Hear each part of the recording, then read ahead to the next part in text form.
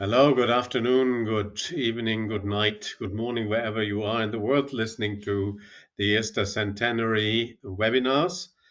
Today we have the webinar about GMO testing, and I welcome three speakers. In ladies first, Laura, even if you are giving the final presentation tonight or today, Enrico Nolli and Norbert Leist, who will start with the first presentation. Let me introduce you, Norbert.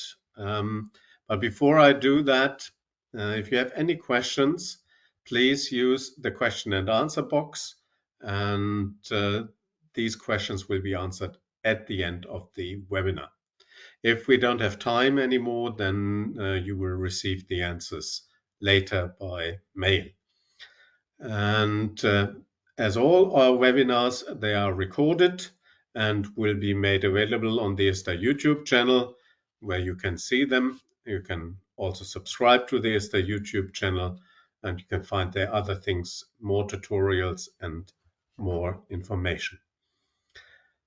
Thank you very much. And now, Norbert, coming to your person, Norbert Leist has earned a doctorate in biology and chemistry and physics from the University of Heidelberg.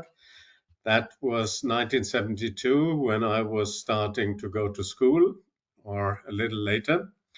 After researching tropical ecosystems in Colombia, he worked as a teacher and researcher before joining the Agricultural Testing and Research Institute Augustenberg in 1977. This is a leading seed testing center not only in Germany but also known worldwide. Recognized by various national and international organizations, Norbert became ISTA's first honorary life member. He was member and leader of the committees on purity, variety, viability, tree and flower seeds, and helped to establish the GMO committee in 2001. From 2000 to 2004, he was ISTA president and the first German in this position. He redefined and strengthened the structure of ISTA, introduced key reforms like the referee test system, method validation, and incorporation of seed vigor into the ISTA rules. Norbert conducted also 76 audits and organized 67 workshops. I don't know how you did that, Norbert, just 76 and 67, and this worldwide to ensure uniformity and testing practices. And I had the opportunity to be shortly at one in Hyderabad. I think that was the last workshop you organized. He remains committed to fostering global cooperation and sharing knowledge through workshops and training. Norbert, I hand over to you, and we will see in a minute again.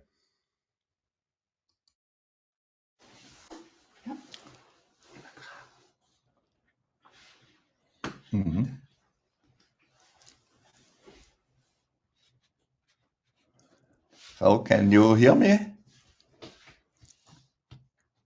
Yes, we can hear and see properly. Okay.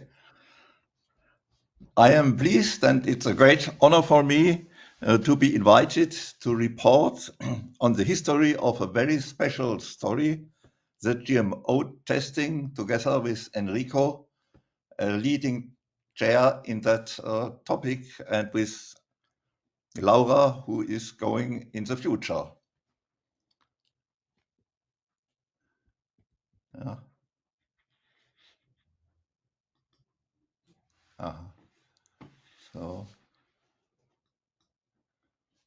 So it was in 1986 when the first genetically modified barley grain germinated and developed a reproductive plant. And just 10 years later, the USA reports on GMO seeding on a large area. And the cultivation and trade of genetically modified organisms began without suitable methods for compliance being established at the same time. But ISTA considered its responsibility for this matter due to trading problems, even if that meant familiarizing with biochemistry and molecular genetics. So in 1998, the ISTA, together with ISF and OECD, launched the International Seed Network Initiative, the ISNI, to establish methods for the detection of GMO contamination in conventional seedlots.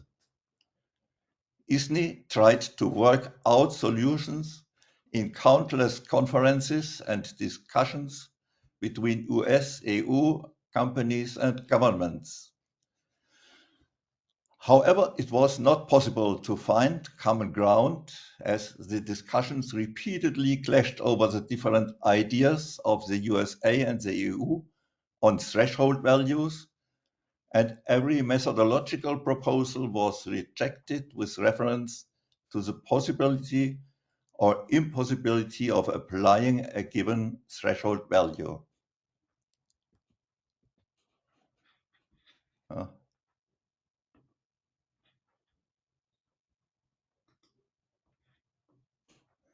no? So consequently, in 2002, ISTA broke away from these fruitless discussions and decided to develop a system on a scientific basis and to include it in the ISTA rules. That should enable the best possible determination of the true value of a seedlot, irrespective of threshold values. The ISTA GMO task force was born.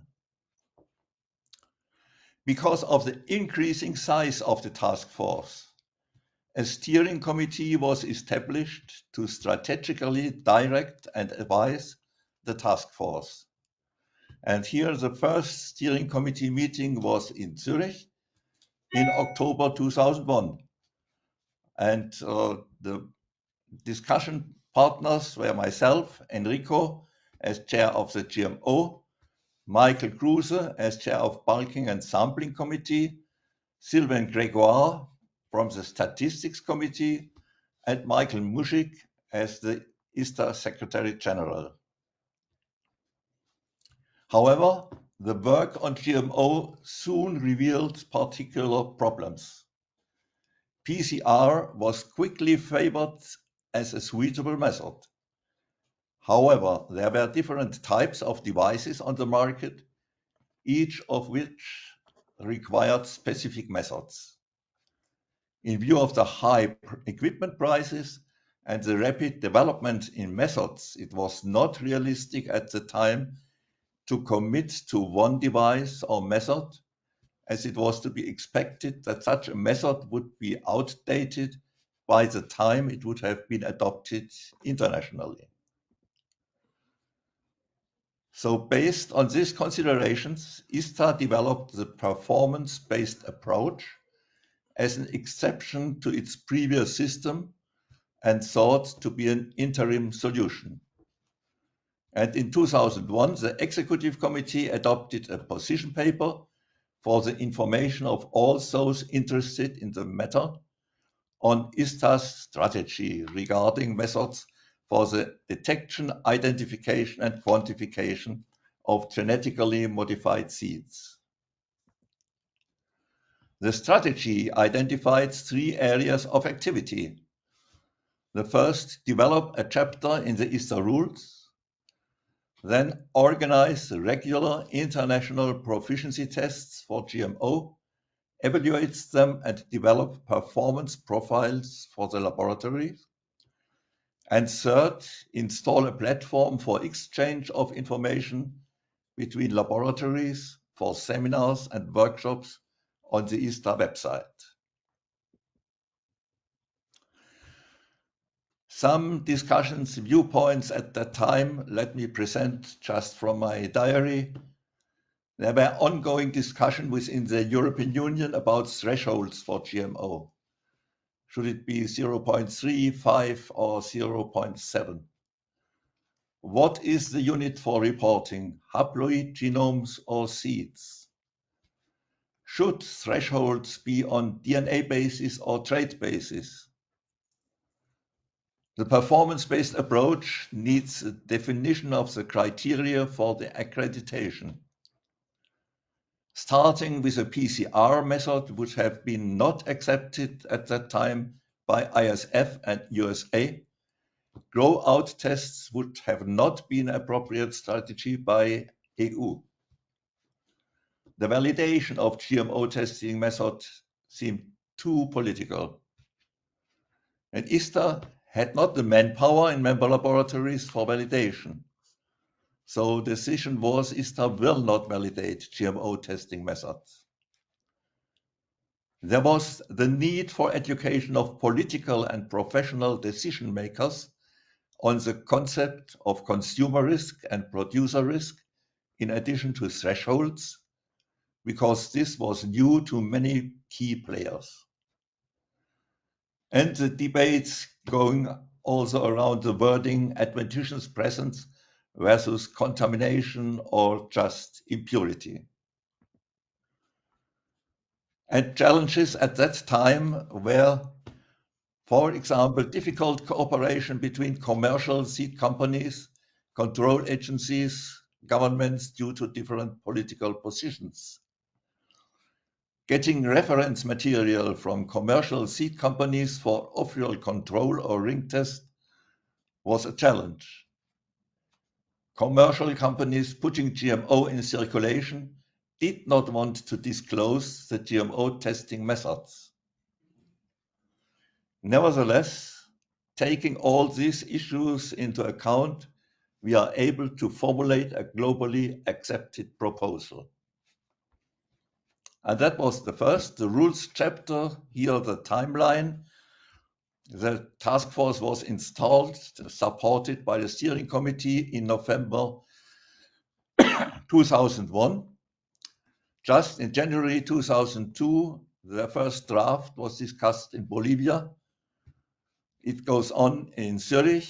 In 2004, there was an ISTA OSA US EU fine-tuning meeting.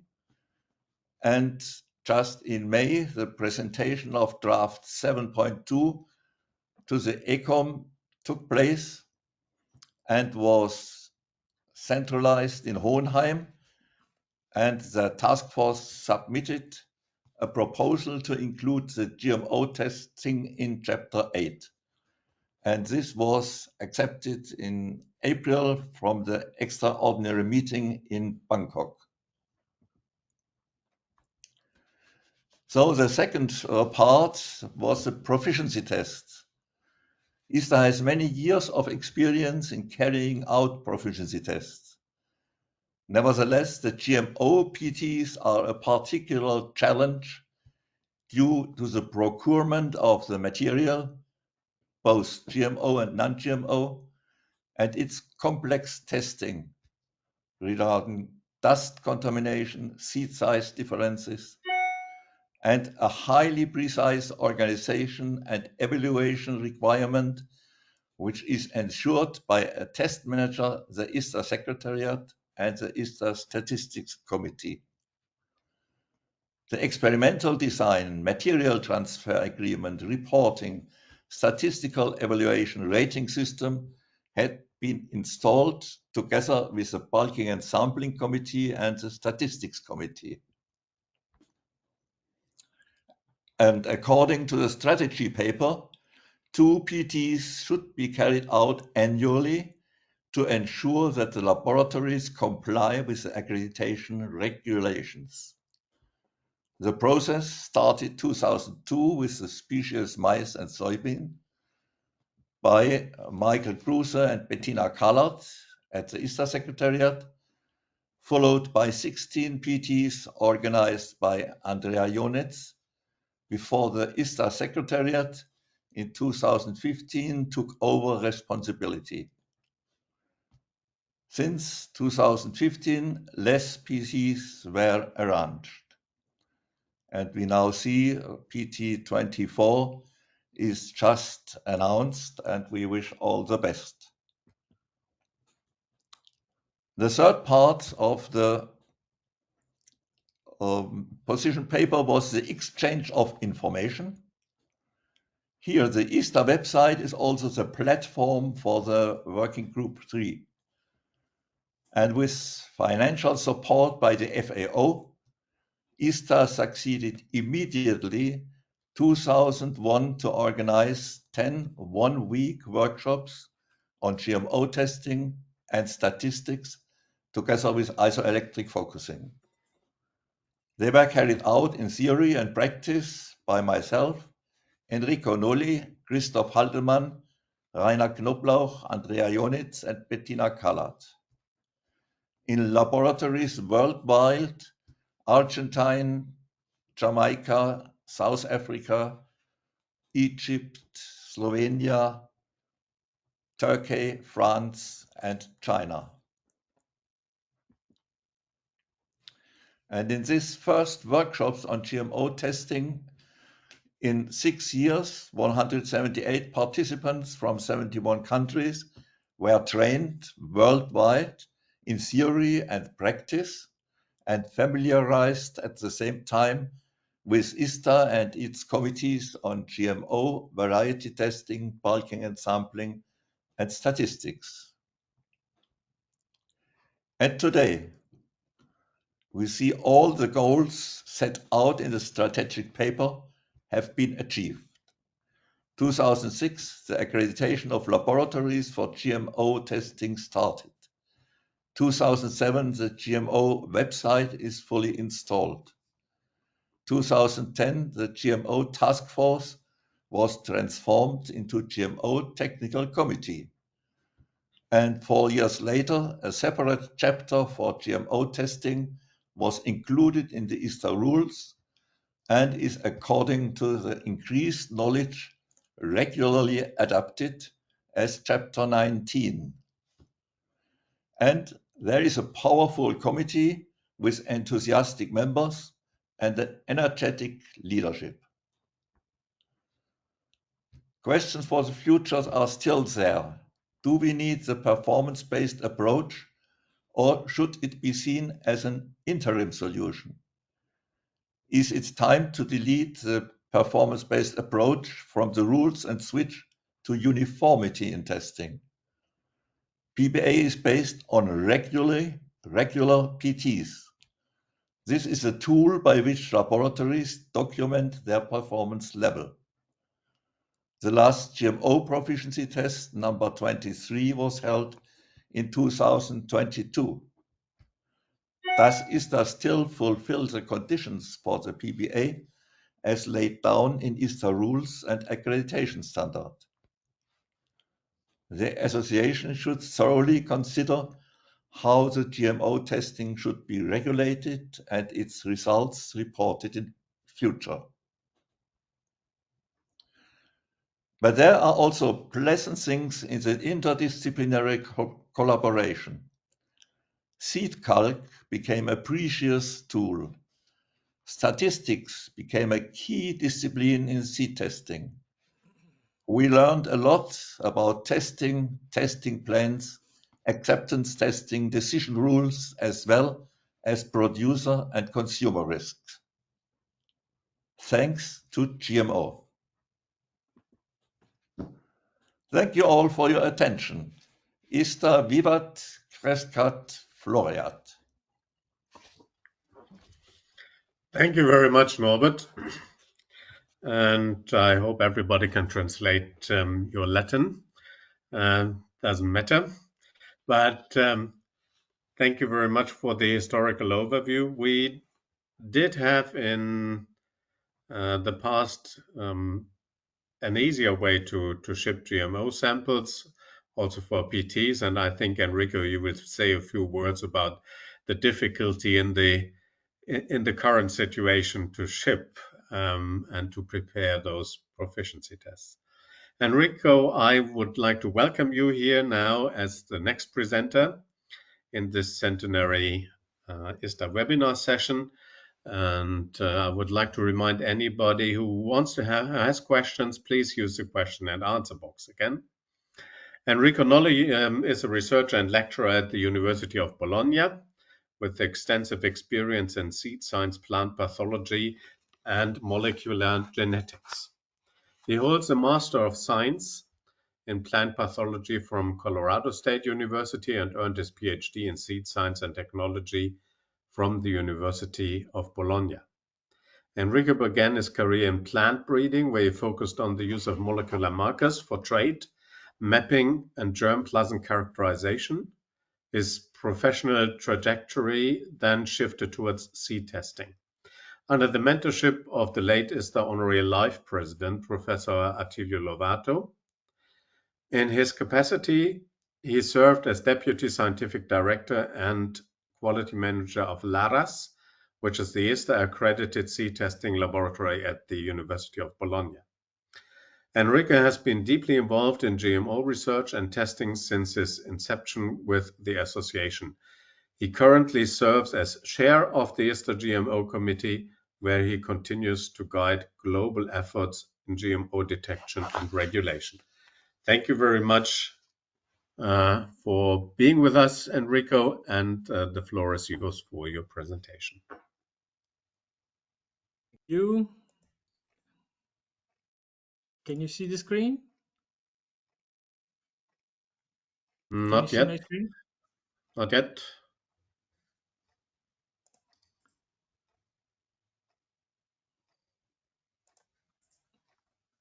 Now? No, we try again. Okay. Give us a few seconds and then you should be able to present. Now it should work.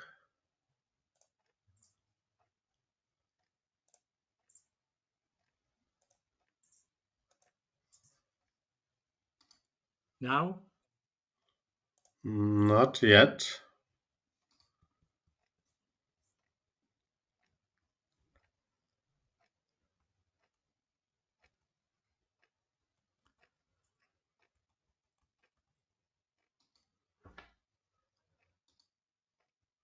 Now? No, we are trying again on our side.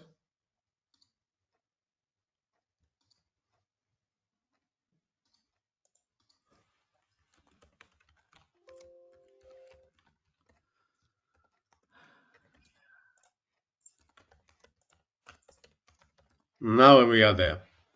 All right. Okay. Just want to see full screen. All right. Okay. Okay. Good afternoon, everyone. Can you hear me? Yes, yes, we Okay. can. Thank you. I'm going to follow on what was said by Professor Norbert Leist, my friend Norbert. And thank you, Norbert, for your nice introduction to the history of the GMO task force and then the GMO committee. I thank you also for the nice words that you had on our activity together. So the title of my presentation is quite broad, is GMO testing in ISTA, but I'm going to focus on some special aspects. In the summary, we will look at the ISTA strategy that was already highlighted by Norbert, ISTA strategy on GMO testing. We will point out some aspect of diversity in GMO testing around the globe.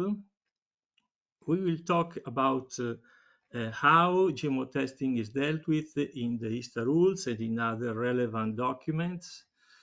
We will touch on proficiency tests, and then we will just talk a little bit about two recent aspects that we have been working in the GMO committee. That means a list of standardized terms and on reporting results on certificates. And then we'll go to the conclusion.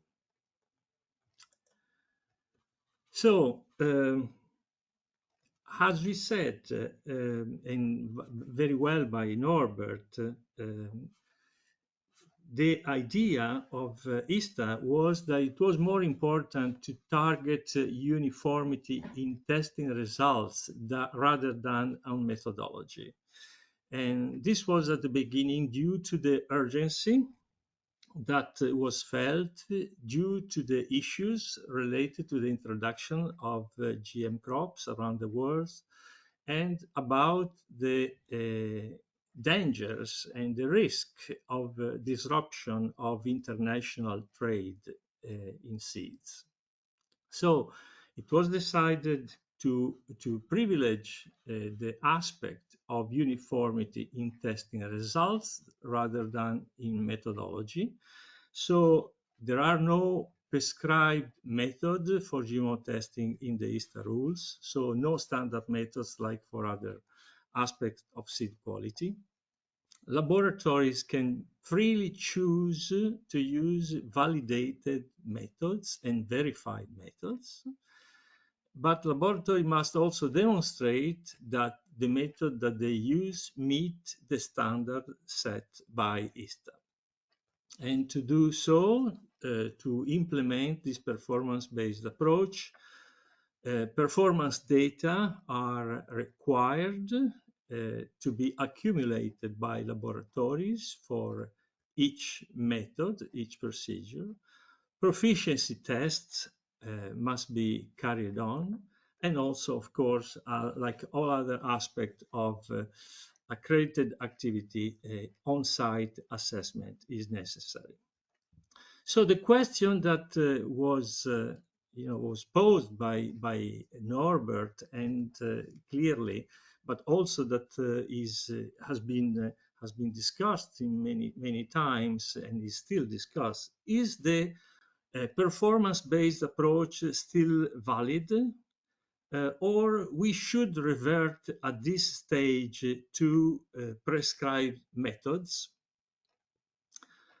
So in order to answer this, I would like to just make an overview of what is the situation. So in the world, we have different countries with different, where agriculture is producing different products. We have countries where conventional varieties are prevailing, and in this case, what is of interest is the assessment of adventitious presence for the aim, perhaps, of labeling of product or regulating the presence of GM in products.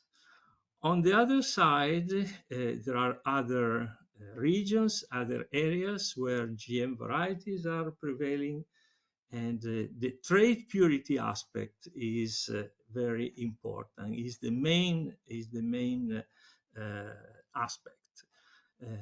So with this come out two different situations, two extremes. On one side, we have cases in which the adventitious presence of few GM seeds is the problem. And so we aim at detecting and quantifying a low level of the GM seed, oftentimes between 5 and 0.9%, sometimes even a lower level than 0.1%. On the other side, we have the countries where trade purity is important and the GM is highly desirable. And in that case, we are at the opposite extreme. So the variety should have a very high level of purity, let's say about more than 95% of the trade. So in addition to this, we have differences in units that we want to adopt for the different cases. We can have, we may want percentage by seed as the estimate in some cases, like when we have to deal with trade purity. or when we want to deal with the presence of GM seeds in terms of percent of seed, as like other contaminants. But in the case of adventitious presence, the most prevailing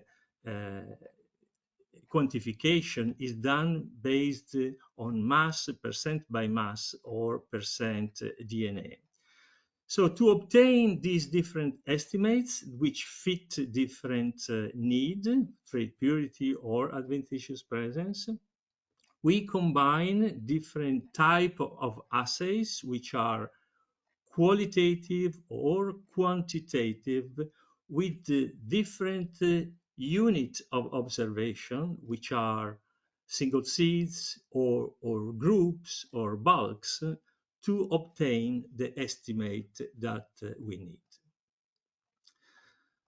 In addition to this, we have that the range of crops that are GMO is increasing. So although the big four, soybean, maize, cotton, and canola, make up the vast majority of the acreage, we have seen in the last decades the start of other crop species, in particular alfalfa and sugar beet, but also other, let's say, minor species gaining attention.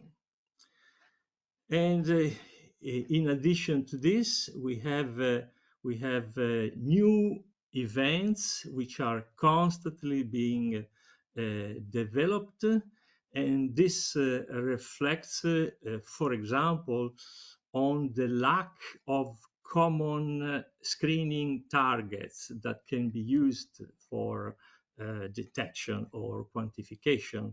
So with proceeding time, the difficulty in detection and quantification due to the lack of these common screening targets is increasing. And on the other side, we have complications which are due to the fact that we have an increasing incidence of events that carry multiple traits, so combine several events. So identification is also very difficult and becoming even more challenging. On the other side, from the standpoint of technologies, we have a great variety. So if maybe 10 or 15 years ago, we had basically bioassays or immunoassays, and then endpoint and real-time PCR, lately, we have seen the introduction of new techniques like digital PCR, and also more, let's say, multiplexing valuable technique where multiple targets can be detected at once. So on one side, we still have bioassays and immunoassays that are used with convenience in many situations. In other cases, endpoint PCR, for example, is progressively disappearing, substituted by real-time PCR used qualitatively. And also, as I said, digital PCR is increasingly becoming important. So difference in technological approaches, and we have a big number of validated methods. Methods that are validated in many cases by the trait producer themselves, and then perhaps validated or even made official at higher level, at the regional or at international level. So methods that come from the industry are validated, for example, at the European level or at the ISO level. So we don't need to reinvent the wheel, and it was a wise decision for ISTA not to get involved into this area. But the core of ISTA is the chapter 19 on testing for seed of genetically modified organism. This chapter is really the core of our strategy. It contains several sections, a definition of the object of the chapter, useful, very precious and precise definition of all the terms that are used, the description of general principle regarding the performance-based approach and its implementation, but in very general terms. And then a section regarding the objectives and approaches, which has been made very clear and very rational in order to instruct and to give guidance to testing laboratories. Then there is a section on testing technologies, which mainly highlights what are the critical aspects of the values of the different technologies without giving too much technical details. Then there are two last questions on the calculation and expression of results and on the reporting of results. This chapter, chapter 19, as Professor Lai said, came into force in 2014 into the ISTA rules, and it was last reviewed, deeply reviewed in 2022. It doesn't come out from the void, but it is actually based, first of all, on the position paper that Professor Lice pointed out of 2001, where the ISTA strategy was defined, and on what was the first version of GMO testing into the ISTA rules, which was a section from chapter 18. And then also other documents, especially those related to the performance-based approach and its implementation, documents issued in the year 2006-2005, where the performance-based approach was detailed, performance data evaluation was established for laboratories seeking accreditation, and also when the proficiency test system rating was defined. Lately, in 2020, we have done a further contribution in developing, together with the statistical committee, a guide for designing GMO testing plan and analyzing associated results. And as was saying before, we issued a standardized list of GMO terms in 2023. So all these documents contribute to the GMO chapter 19, but also we are developing in the last, I would say, almost 1 decade, a handbook on the GMO testing, where all the information that are provided into the chapter are dealt with at much more detail in order to provide useful guidance to laboratories and to accreditation department. Some of these documents will become part of the ISTA handbook. The other aspect, very important, is the proficiency test, which was dealt with by Professor Leist. Testing whole seeds is at the very core of the performance-based approach.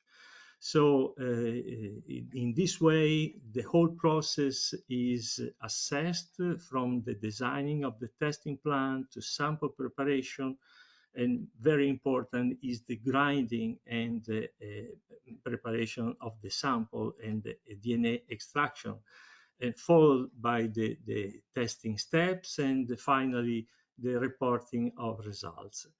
In this respect, the ISTA GMO proficiency test is unique because it deals with seeds, but is also very demanding and expensive.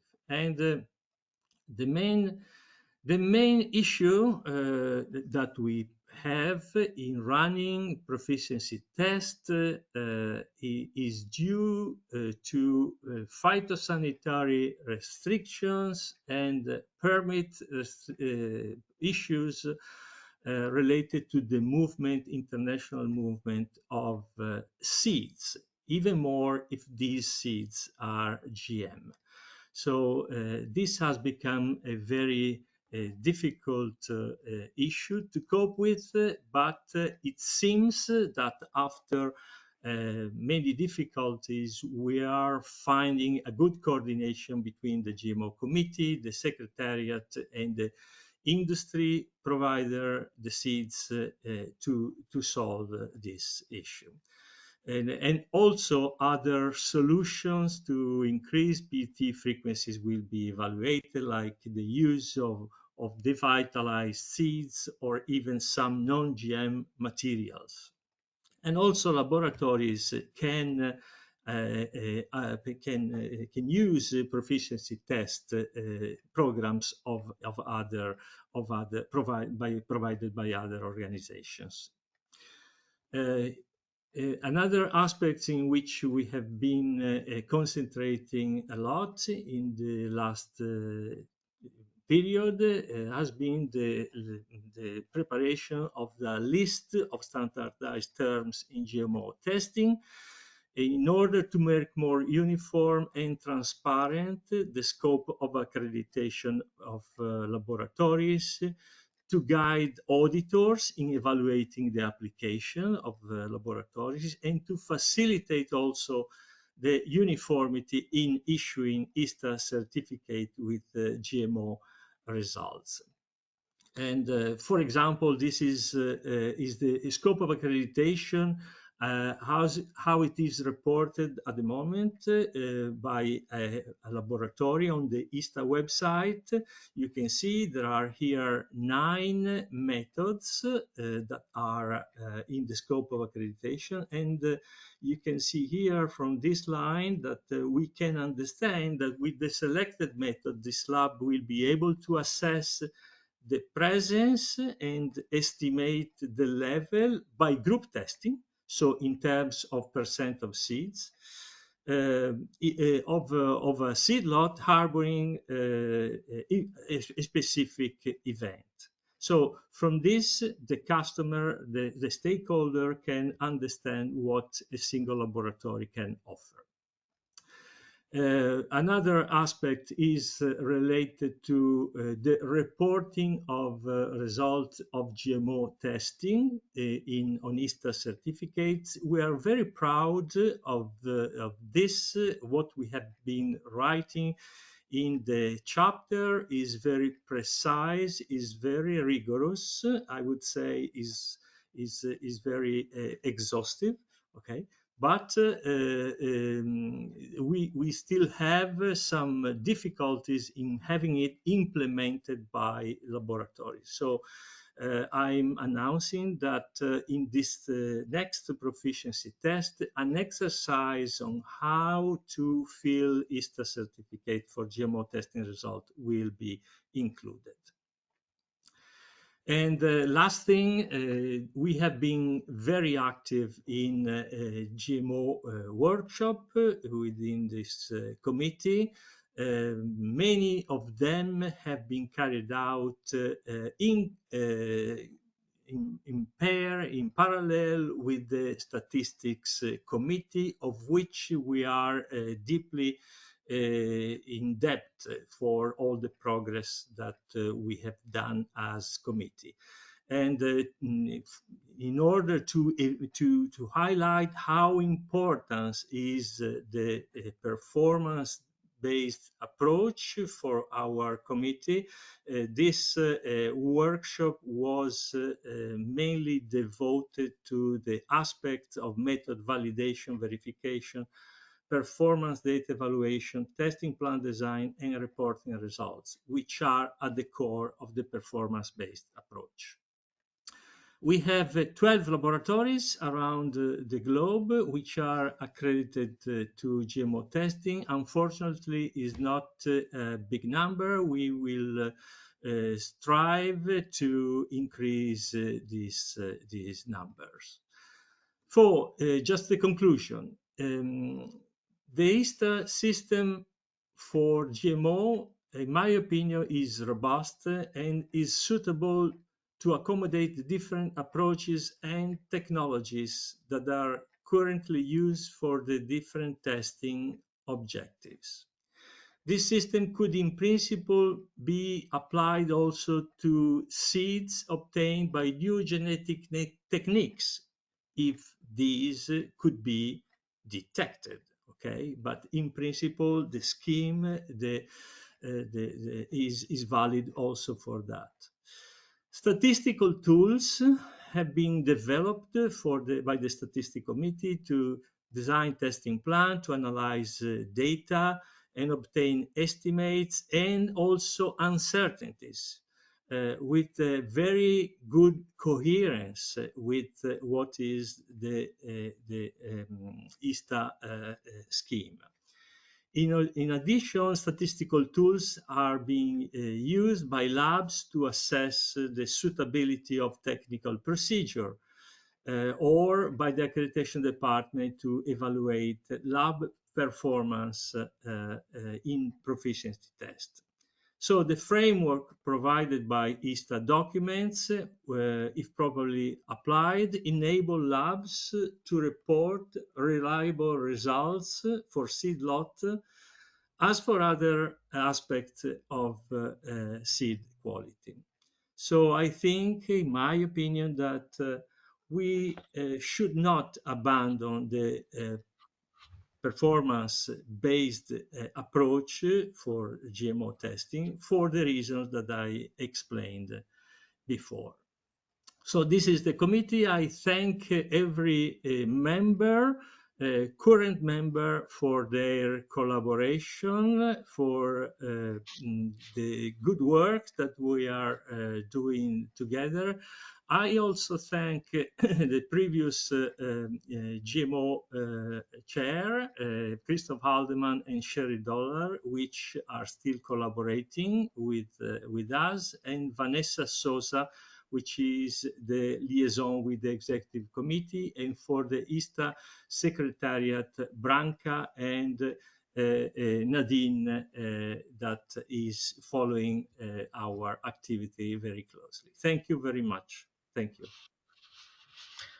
Thank you, Enrico. And good that you said that it was not two Brancas, but one Nadine on your presentation. Sorry. That is, that's okay. I do thank everybody as well in the committee previously and now.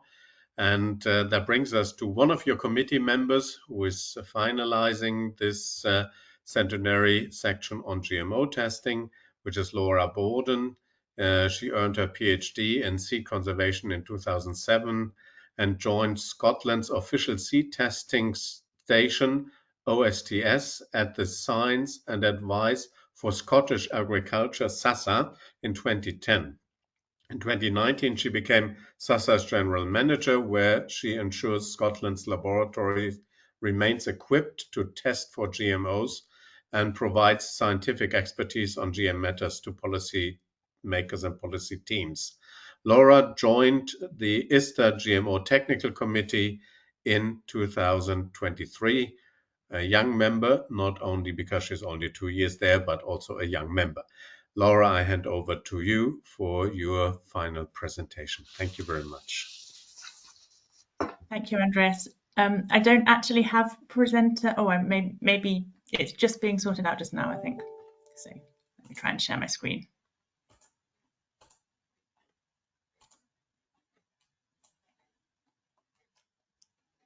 Looks very How's good, that Laura. looking? Is that looking okay? Yes. Ready to go? Okay, good. Thank you. Well, thank you, Andreas, for that introduction. And thank you very much for inviting me to be part of this seminar this afternoon as well. I'm going to try and follow on from those really comprehensive presentations from Norbert and Enrico by giving you the perspective of an individual lab doing some GM testing and tell you a bit about the testing that we do at the OSTS for Scotland, SASA in Edinburgh. So I'm going to start with some background information on why we test for GMO presence, go into a bit of detail about some of the test methods that we use, talk about how we ensure those methods are validated and how we verify them, and about having access to proficiency tests is a really important part of what we do. And then I'm going to finish by just briefly talking about GM testing in the UK and what might change as a result of our new Genetic Technologies Act that was brought in last year, and very briefly touch on the future for GM testing. So why do we test for GMOs? So at SASA, we're responsible for ensuring compliance with the regulations that govern deliberate release into the environment of GMOs in Scotland. And having a lab that can detect GM presence helps us to ensure compliance with that legislation. We also provide support to the UK National Reference Lab for Food and Feed, and we've agreed that we'll help them with validation of any detection methods for any novel GM events that are authorised for food and feed in the UK. And then, in addition, we also do test the occasional seed sample for customers. It's a very small part of what we do, but we do it occasionally. So we use DNA-based methods. And if we're testing seed, then our standard method is to test 2 replicates of 3,000 seeds. We've done some testing to prove that the methods that we're using can detect 1 GM seed in 3,000 non-GM seeds. So that's equivalent to about 0.03% GM. We grind the entire sample, and then we make sure that the sample's mixed and divided, and we follow the ISTA guidance for hand halving to do that. And then the extraction method, DNA extraction method, is species specific. So we find different methods work better for different species. So for example, we use a CTAB method for maize samples, a combination of a Delaporta buffer and a DNEZ plant kit for oilseed rape or canola samples, and a Mashery-Nagle food kit for soybean samples. And then any DNA that is going to be used for further analysis has to meet certain quality criteria that we set. So it needs to be over 40 nanograms per microliter concentration, and it needs to be free from PCR inhibitors. And we check that it's free from inhibitors by producing a standard curve. So we produce a serial dilution of samples and then run the standard curve, and we check that we look at the slope and the fit of the samples to that curve. And if those criteria are met, then we can carry on and use that DNA for further analysis. So if we want to test if a sample's free from or contaminated with GMOs, then we use a screen. And our screen, we use the method that was originally described by Weiblinger. And that screen has 5 separate elements to it. And those 5 elements were designed to detect the majority of GM events.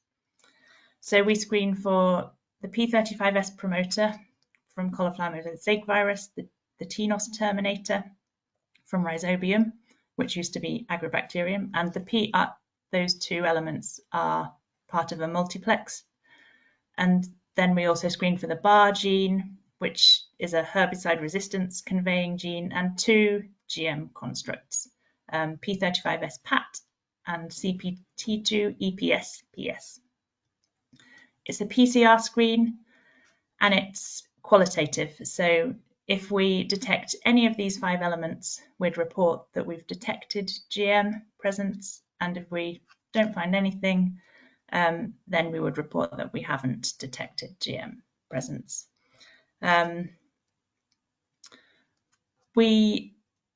So our main interest is crops that could potentially be present in Scotland and grown in Scotland. So this is really limited to maize and brassicas at the moment. So today our screen will detect 23 of the 26 maize events that are authorised in the EU, and 10 out of the 14 brassica events that are authorised in the EU. We are looking at whether we can update our screen. Obviously, this is a method that was developed in 2010 and things have moved on a bit from then. We can't detect all of the methods, all of the events that are out there. And we are increasingly seeing GM events coming on the market that don't have any of these elements of the screen in them. We also have a slight issue with, well, slight issue, it's quite an important issue for us actually, P35S in brassica samples is often, now we're finding it there because the brassica samples have some cauliflower mosaic virus infection. So that's a key element of our screen, and it's becoming less reliable in this species. So we're doing some work to look at whether we can screen for different elements to just ensure that our screen remains fit for purpose in the future. If we do know what specific GM event is present, then we can quantify it. And for this, we need to use certified reference material, which is usually available to us either as ground seed or as DNA. So we would extract DNA from that reference material and then dilute that to create standard curves. And would then run PCRs using both taxon-specific and event-specific primers, and would run those PCRs for both our standard samples, for which we know the GM concentration, and for the unknown sample. And then comparison of the levels of our unknown sample with known standards allows us to quantify the amount of GM that we've got. It's really important to us that we use validated methods and that we also verify that those methods work in our own lab. So we tend to use methods that have previously been validated in interlab trials, and that's usually been done through the EU reference lab for food and feed. And we also use guidance that's been produced by the EU reference lab to verify the methods that work in the methods work in our lab. And the guidance that's produced is pretty comprehensive, and we tend to follow it quite closely. So essentially what we do is we run multiple samples extracted on different days by different analysts to make sure that we're getting consistent results when those variables are changed. And then to prove that we can maintain competence in GM testing methods, we take part in proficiency tests, which is an important part of what we do, particularly for us as a lab who don't test so many GM samples. The proficiency tests help us provide really good evidence that we're maintaining competence in what we do. We do have a proficiency test provider in the UK, FAPAS, and through them we get samples of ground seed, which we analyse for the presence of various events. But ISTA's proficiency tests are the only proficiency tests, as Enrico said earlier, where we receive seed samples.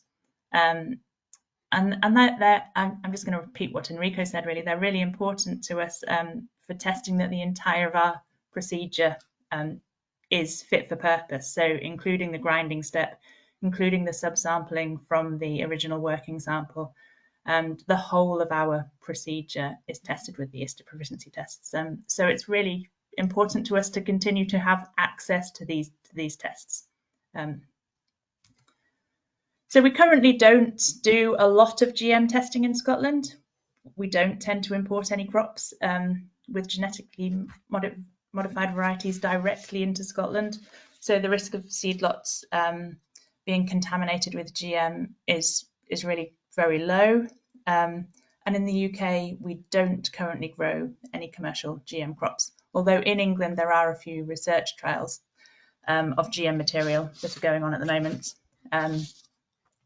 Since EU exit, the UK has been able to make its own decisions on GMOs and how we treat them. And in March last year, a new bill, the Genetic Technologies Act, was published, which will mean that precision bred organisms, which are essentially gene-edited organisms, will not be subject to the GM regulations, and they'll be able to be marketed in England. It is important to note that that act applies to England only. But as a result of the UK Internal Market Act, which exists to ensure that businesses can trade freely across the UK, then anything that can be sold in England has to be able to be sold in the rest of the UK. So we may end up in a situation where PBO seed can be bought in Scotland but can't be sown in Scotland. And currently, gene-edited organisms, so precision-bred organisms, are regulated as GMOs in Scotland. So enforcement of such organisms could become an issue for us. We don't currently have any methods for detection of PBOs, and we can't screen for them like we can do for GMOs. They don't have common elements that would be like conducive to setting up a screen. So detection of adventitious presence of those organisms would basically be impossible. And we don't know what the answer to that situation is at the moment. We don't know how much it's going to affect us in Scotland, but it is definitely a potential situation that might affect us. And I just wanted to give you an idea of some of the issues that GM testing labs and enforcement labs currently need to be thinking about to make sure we're future-proof, really. And I'm just going to finish there. So thank you very much for listening, and hand back to the organisers. Thank you very much, Laura, for your presentation and the nice outlook and the situation in Scotland.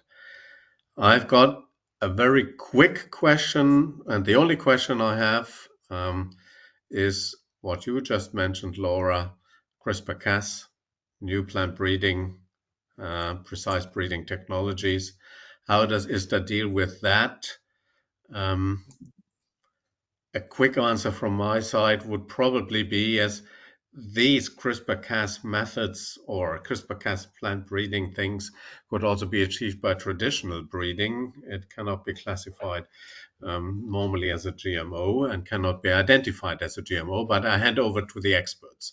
Rico, Laura, Norbert, please, 2 sentences only because we are over time now. And who wants to start? Enrico? Well, just a quick comment. I think that with the NGT and genomic techniques, there are different products that can be obtained. Some are GMO. So for them, at least, we think that there is no change. In some other cases, of course, you must know what is the possible presence of, and maybe you can have an assay for that. But it would be on a case by case, I think. Laura? Yeah, and I'll maybe just add that I think that we maybe need to kind of wait and see, because we're not quite sure where the legislation's going as well. So we might not be treating these as GMOs. We're in a weird position in Scotland at the moment, where we're slightly differing from the rest of the UK. But yeah, I think we need to wait and see how all of the different countries are going to decide to regulate these organisms, because, well, perhaps not all of them, like Enrico says, some of them definitely will be GMOs, but the ones with just a tiny base pair change are maybe different. Norbert, maybe a word from your side to that? I have no mentioning to this.